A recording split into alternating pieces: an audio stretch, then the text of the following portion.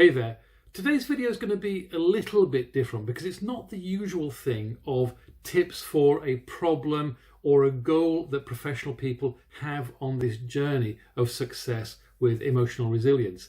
It's more of an insight video, an insight into a psychological bias, a cognitive bias that can really mess with our motivation and therefore our performance. And that thing is called survivor bias, or survivorship bias as some people call it. Now, survivor bias is really easy to fall for, and when you do, you get overthinking, demotivation, and performance drop. Now, by the end of this video, you'll be able to recognize when you're falling for survivor bias. You'll be able to recognize why you're falling for survivor bias, and most importantly of all, you'll know what to do to snap out of it. And do stay right to the very end, because in addition to this, I also want to give you a free, downloadable, easy 5-step guide to master stress in pressure and conflict. It's something that I found transformational, and I want to give it to you.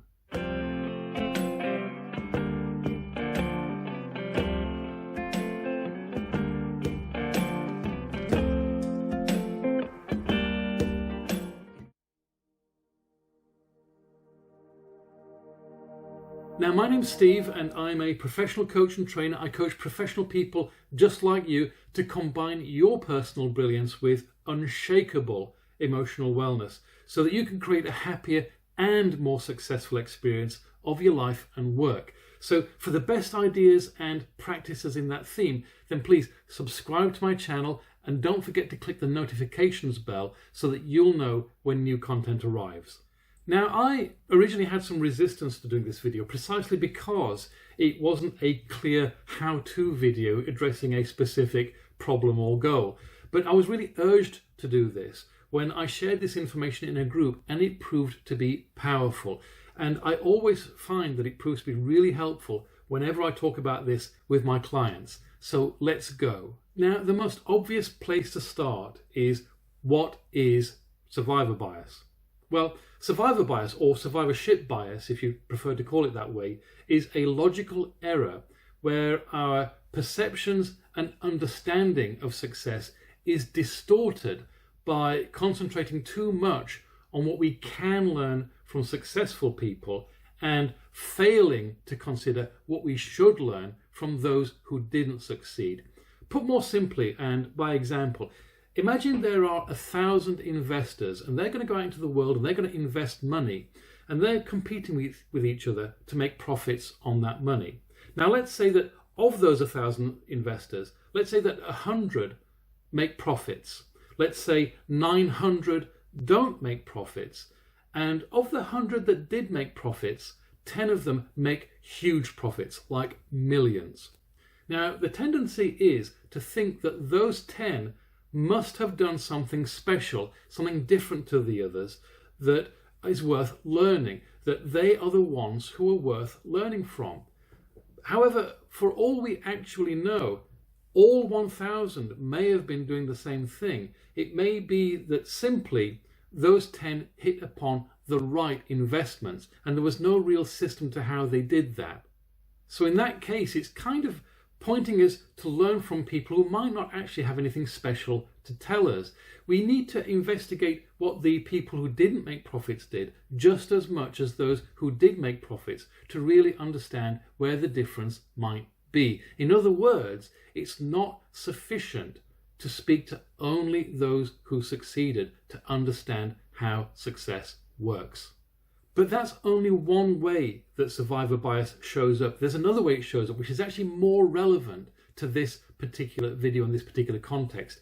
And that is that survivor bias can kid us into thinking that everybody else apart from us is having the same experience as the top 1%. If you're a job seeker, for example, in an online job seeking community, it's very easy to assume that all the other job seekers are doing better than you because it's the successful people who are most visible.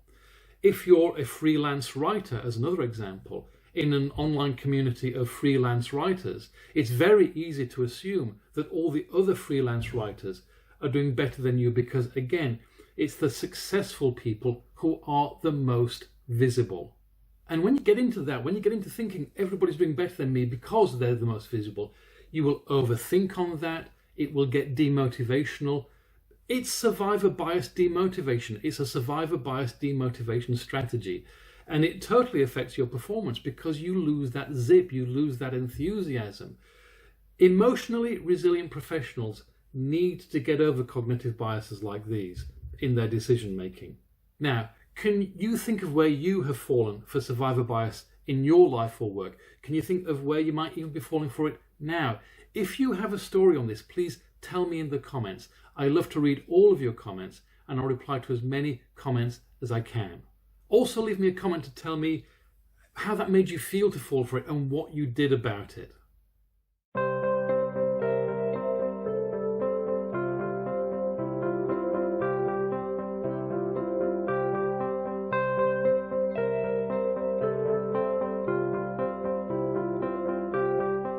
Now, the next obvious place to go is, how do you recognize you are falling for it? Well, this one is really, really dead simple. You're falling for it when you think that everybody else is doing better than you because of what you see in the information environment. Remember, the information environment is distorted. When it's the successful people who are the most visible and it's the unsuccessful people who are not being so visible, you are probably falling for survivor bias if you think that means you are not doing as well as most other people. So, what do you do about it? Well, you remember that it's survivor bias that's playing with your head. You remember that it's survivor bias overthinking that you're doing. You remember that it's survivor bias demotivation that's going on. Sometimes it's not a doing. Sometimes it's a seeing. Sometimes it's just seeing what's going on, that when you know that that's what's happening, you don't have to do anything to be free of it. You know, to remind yourself that you're seeing 1% speaking and not 99% speaking. To remember that you don't really know what the experience of the majority is because the majority is not visible. Seeing how things work like this and to remember how things work like this is all you need to know to be free. So anytime you find yourself feeling everybody else is doing better than me because of the information group that I'm part of, remember that's like an echo chamber. It's a bubble. Simply remember what survivor bias is. You are not aware of what's happening with the majority. You're only seeing the minority and you're blowing that out. It's survivor bias. Recognize it, see it. That's how you get free of it.